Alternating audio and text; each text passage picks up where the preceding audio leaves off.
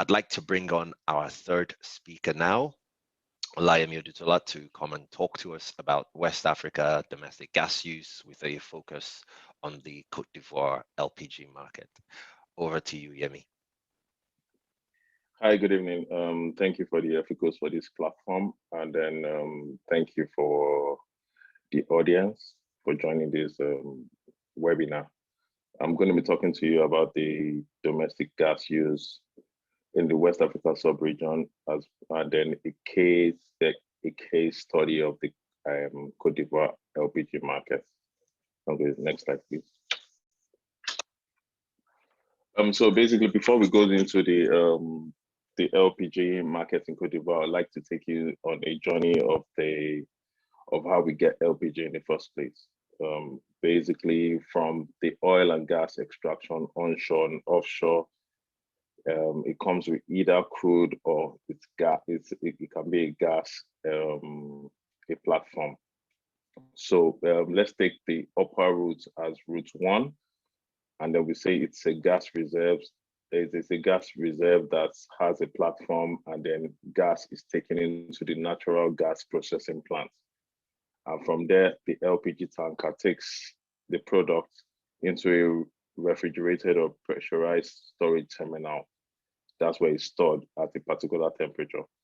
And then from there, it can either be transported by trucks or rail or an LPG tanker into a bulk storage facility, and then it is given to the bulk users, and then the bulk users take it to the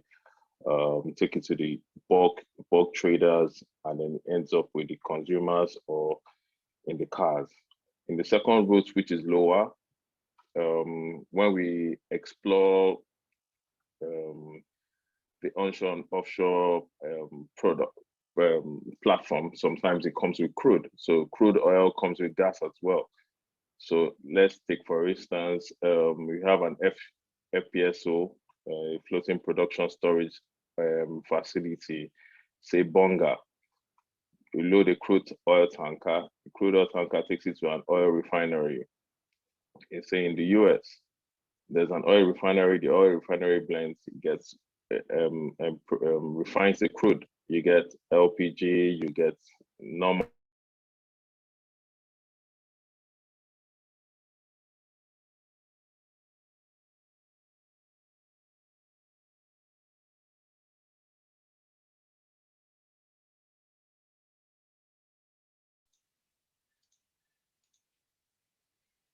All right, I think we may have a connection issue with Yemi, but we'll just we'll give him a few moments and see if he can rejoin us shortly. So I think just to fill in the gap, as it were, while we wait for Yemi to try and rejoin us. I think he was talking about the oil and gas route for extraction and how that feeds into oil tankers and oil refineries, and then once you extract the LPG, then that can then be routed into LPG depots for onward distribution to either industrial users or domestic users for cooking and the like. So just moving ahead, just a few key figures here about West Africa and the LNG market. So West Africa as a whole has the biggest population center in Africa, and about 80% of the population is still reliant on biomass for cooking, which, as we'll all be aware, is both inefficient and also is harmful to the environment and not great for air quality either. The LPG consumption overall is dominated by 4 countries who consume about 85% of the LPG consumed in the West Africa sub-region. So that just gives you a sense of what the scale of the market is. Obviously, a very large population still unreached by clean cooking fuels, as you can see from that 80%. So a few advantages and disadvantages of LPG on this slide. Its overall advantages, it's practically smoke-free, relatively easy to handle, and efficient and easy to transport in terms of its energy density. It does not result in deforestation as it replaces wood use, and it emits lower greenhouse gas emissions per unit of energy compared to burning biomass or coal. As an economic advantage, it provides fuel diversity as you're not only reliant on either liquid fuels or biomass and can be used for an extended period of time in terms of the equipment required to use LPGs. And also on a social perspective, diversifying your energy mix and saving time because of the higher energy content can actually serve as an advantage as well. In terms of disadvantages, the market overall is underdeveloped, as we mentioned earlier on, especially in rural areas because of a lack of infrastructure and also in some areas irregular supply. From an environmental perspective, obviously the LPG is usually derived from some form of gas or crude oil exploration exploitation, and if that isn't done within the right regulatory framework, you could have some environmental impacts from there. I can see Yemi Pardon? is back with Yeah, us now. So Yemi, yeah. Sorry for I've just progressed your slides a bit for you, and we're on the LPG advantages and yeah, disadvantages. So I'll let you take over again. yeah. Sorry about the glitch. We're still in West Africa. So I like to talk about the key fuel in Africa's energy transition, which is LPG. The advantages are that nearly LPG is nearly smoke free. It is easy to handle in terms of bottling them in cylinders and be able to transport them from one distance to the one place to the other. It is efficient and is easily transported, like I said before. In terms of the environment, less deforestation if wood is used in terms of LPG. Sorry, if LPG is used in terms replaced with wood, uh, and then lower greenhouse gas emissions compared to burning of biomass or coal. Biomass here means coal or wood or firewood. In terms of economic advantages, we're talking about fuel diversity. It means either using a kerosene or petrol. And then for in terms of infrastructure, where you have like an industrial site or something, it has a long operating life when you use LPG. On the social side, you have an addition to your diversified energy mix, be it solar, be it petrol for your generator, and be it LPG. So it just adds to your energy mix and it's sort of diversification. And then you can agree with me that it also saves time. So when you say Dio is always is a grandmaster at and barbecue with coal, I'm sure that if he tries LPG, he would be a whole lot better at it, then the barbecue will come back faster. In terms of disadvantages, there are lots of underdevelopment markets, especially in the rural areas. There's inadequate infrastructure that has been overemphasized by the two speakers that spoke earlier. There's a regular supply because there's a huge dependence on imports. On the environmental bit, LPG, like other sources of energy, like crude, is exported from the ground and whatnot. So taking into consideration places like the Niger Delta, the LPG is gotten from the ground, and then we can see the pollution that's going on over there. So they're basically environmentally harmful sources. And then there's insufficient industry regulation. In terms of economic disadvantages, like I said before, the import dependency. So we have to rely on this side of the world. We have to rely on imports from Asia, from Europe, and from the US. Sorry, from North America for supply. There's a high startup cost for for supply and for processing natural gas, and there's a high running cost as well. There's a high OPEX. In terms of social, coming down to the grassroots right now, there's incomplete. There can be issues of incomplete filling of cylinders. Like that's when you get to the retail aspect of it, and then the risk of explosion due to heat in storage, in taking into consideration issues that happen in Nigeria in terms of explosion. Next slide, please. So like Debola said before, we are going to be focusing on Cote d'Ivoire as a case study. So I'd like to take you on a little trip to Cote d'Ivoire. Cote d'Ivoire cannot be mentioned without being the #1 producer of cocoa. They're also on top 10 producers of coffee and cashew. They're not grossly dependent on oil like Nigeria. They have a population of 24.3 million. It's a francophone country and has a landmass of a third of Nigeria, 322,000 square kilometers. Now, the overview of the LPG market in Cote d'Ivoire: 19,430 metric tons of LPG storage available, which is grossly inadequate. Consumption is increasing at the rate of 8 to 10% each year. LPG is distributed by cylinders, trucks, or rail. It's worthy to know that the GDP growth rate of Cote d'Ivoire has been on 8.5% pre-COVID. That's like one of the top 10 to 15 economies in the world in terms of GDP growth. The administrative capital of Cote d'Ivoire is not Abidjan, but Yamoussoukro. Abidjan is like the Lagos of Cote d'Ivoire, which is the economic capital, and it has is one of the 14 districts.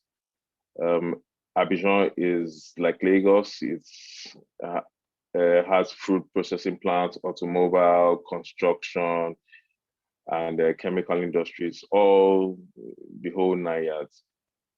In terms of infrastructure, they have something that is similar to the Apapa Port in Nigeria. It's a canal. So they built a canal such that there's like a breakwater from the Atlantic Ocean. So a vessel that is coming into Abidjan will go into the canal to discharge whatever goods and products it has. And it's a major hub in this country. The map on the top right corner shows where Cote d'Ivoire is. Cote d'Ivoire is on it's bordered by 5 countries. It's a unique country. On the east is Ghana. On the top, on the northeast is Burkina Faso. In the northwest is Mali and Guinea on the side, and on the southwest is Liberia. Next slide, please. So here, this just shows the supply of butane gas in 2018. We're taking 2018 as a case study here. SIR here it's just the refinery. Cote d'Ivoire has a refinery, and it's a functional refinery with an output of working capacity of 86%. Lion GPL here is the producing gas assets. Petrosi here is the national oil storage, national oil company, similar to NNPC. And basically, cumulative is just an addition of what the imported produced. So in here, SIR is just stating that SIR imported 41,000 metric tons of gas. This is to augment what they are producing and then supplying to their consumers or their customers.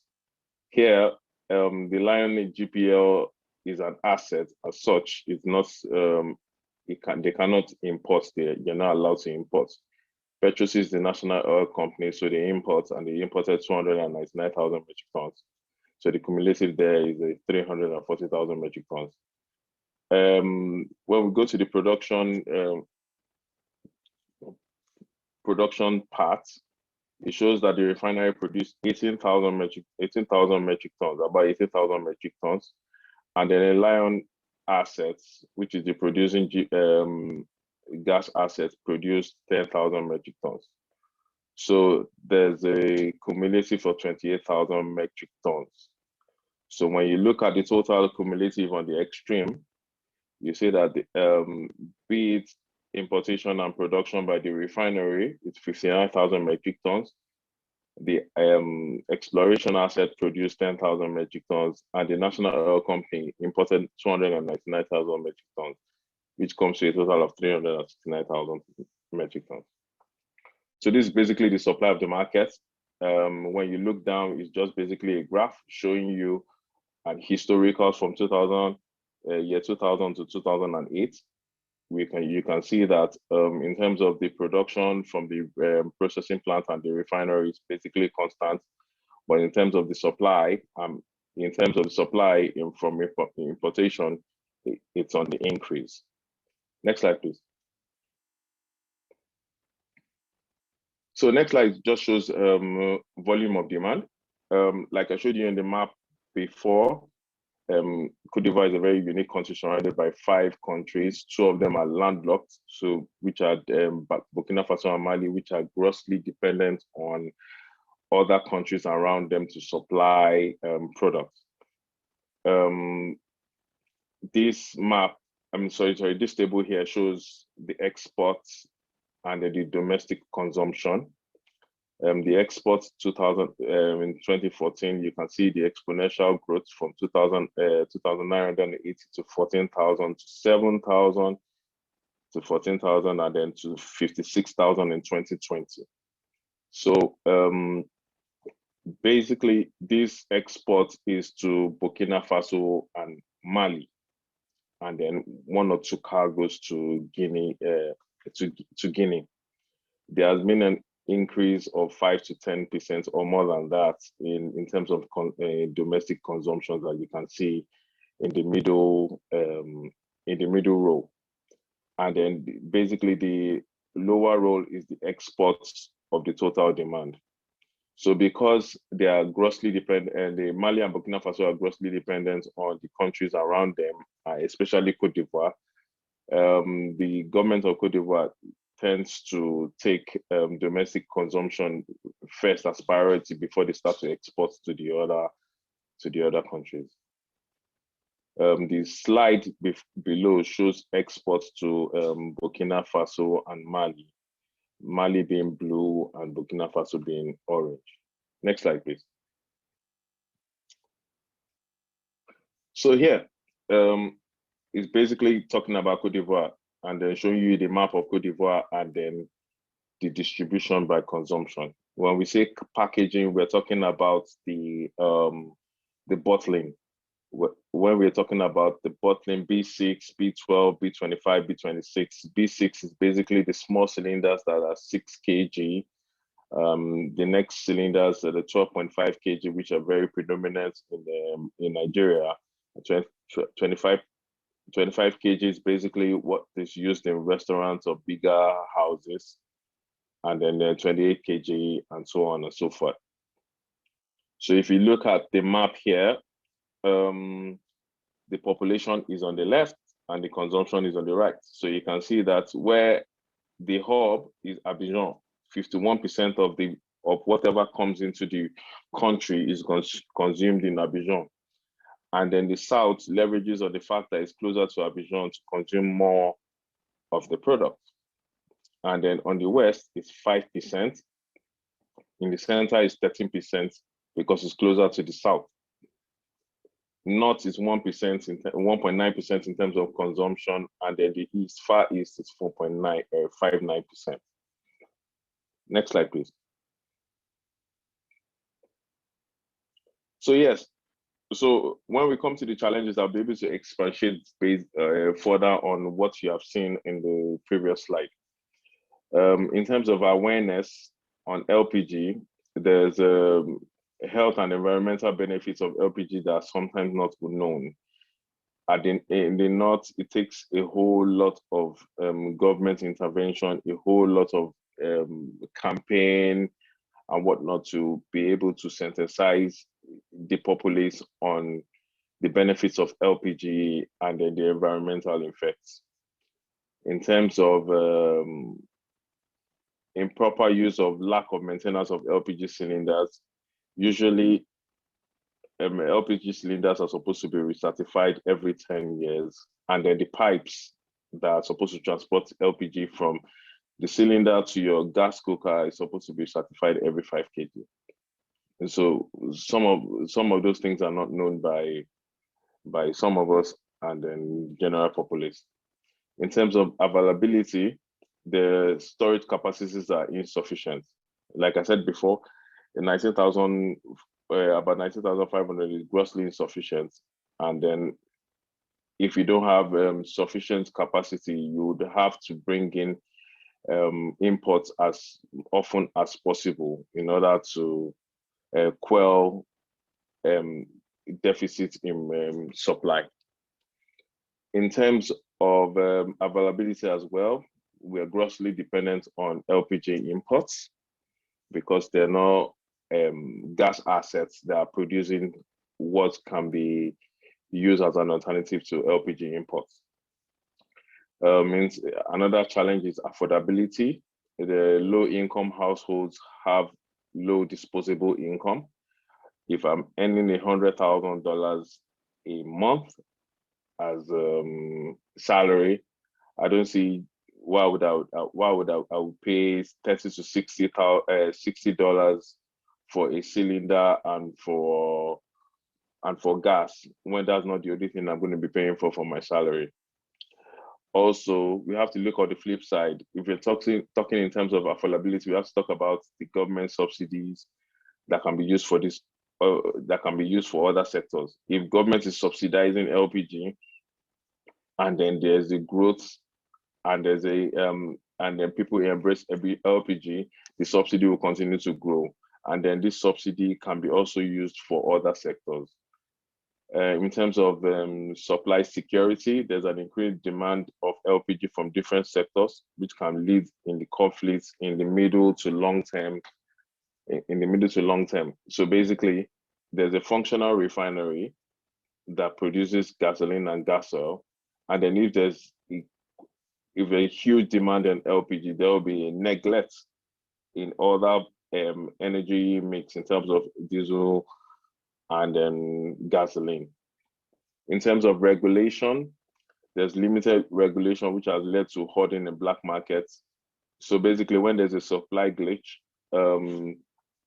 people tend to hoard cylinders and then wait for people to be desperate so that you can sell at higher prices.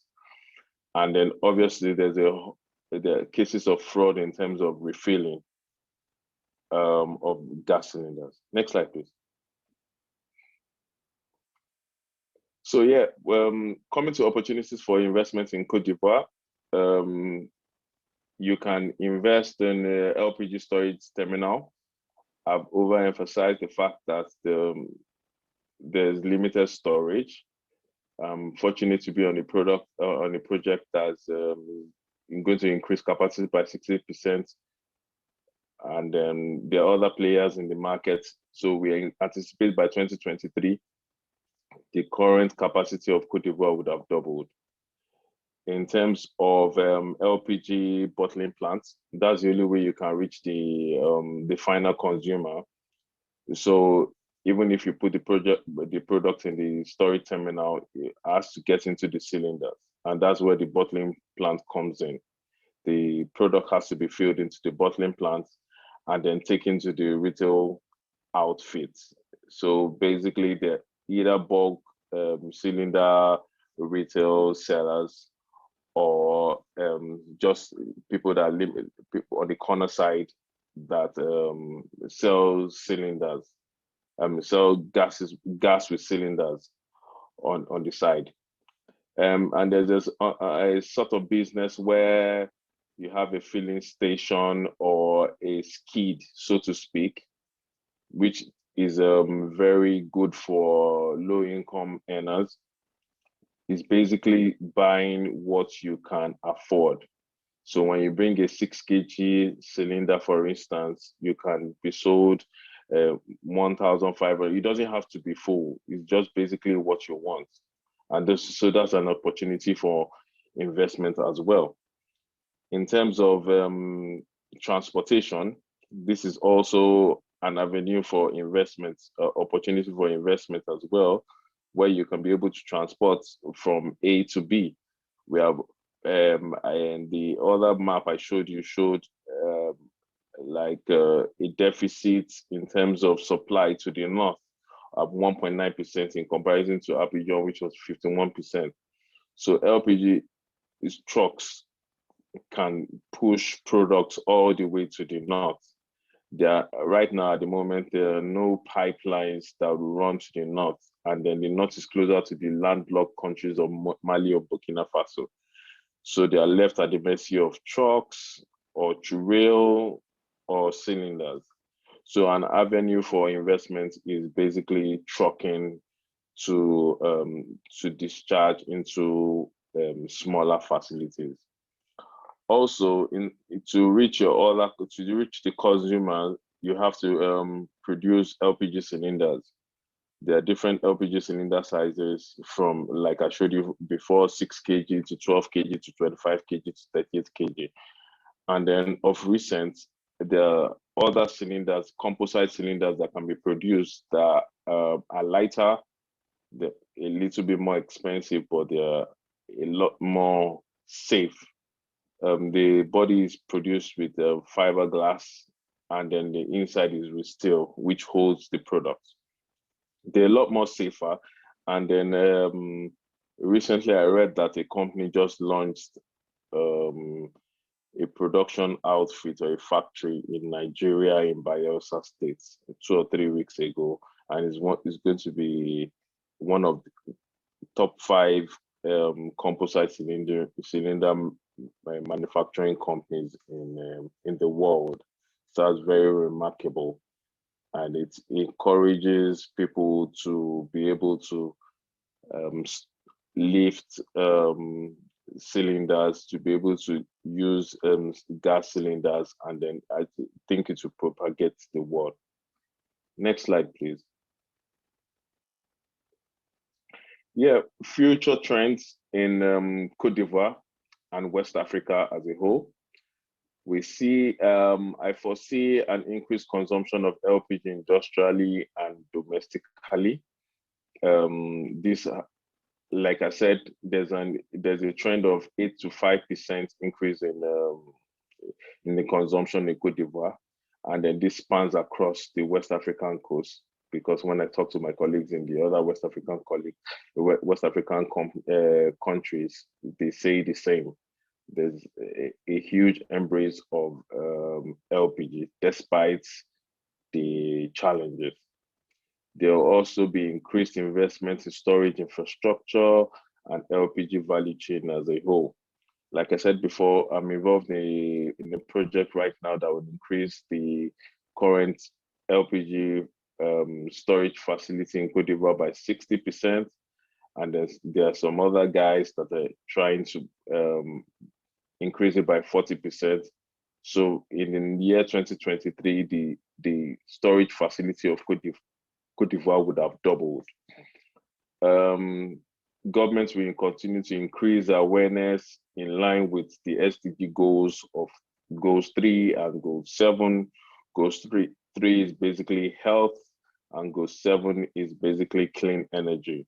So in Cote d'Ivoire, there's a conscious effort by the government to continue to create awareness, and then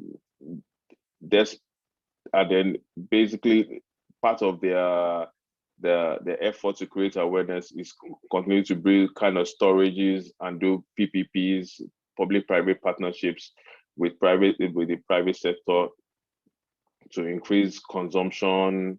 I'm sorry, to increase the distribution and then supply chain to create awareness for the eventual consumers. And then government is also increasing its intervention in the ease of doing business. It's just not just about bringing investors. There has to be like an ease of doing business, the ease of bringing in money, and then less taxation, tax haven, issues of multiple taxes, like in Nigeria.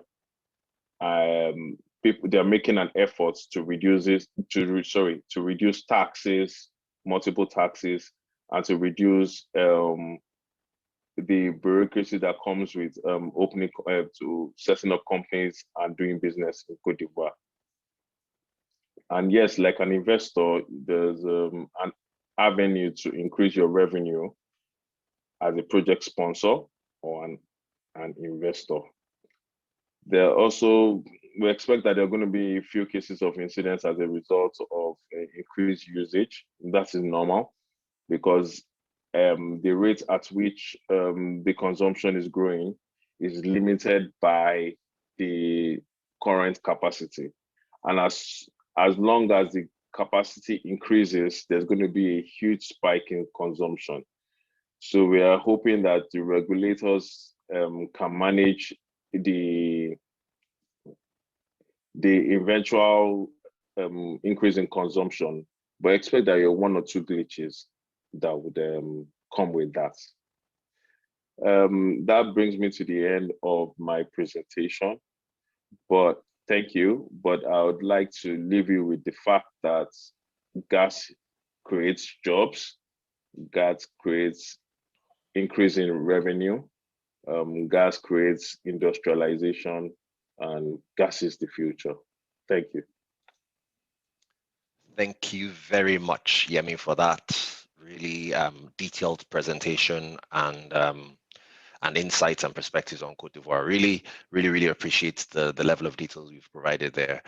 There's a few things that really caught my attention. One was around the role of civil society and advocacy for increasing this goal of increasing use of clean cooking fuels like LPG. So it's not just an engineering or financial or regulatory challenge. You literally need all aspects of society to chip in to actually make this really happen. And I like that last point about capacity. There's a lot of pent-up demand, as you mentioned. So there are opportunities for investors to come in and actually play a role here, and there's opportunities to both be profitable and to make a significant impact on people's lives. So thank you very much for that presentation.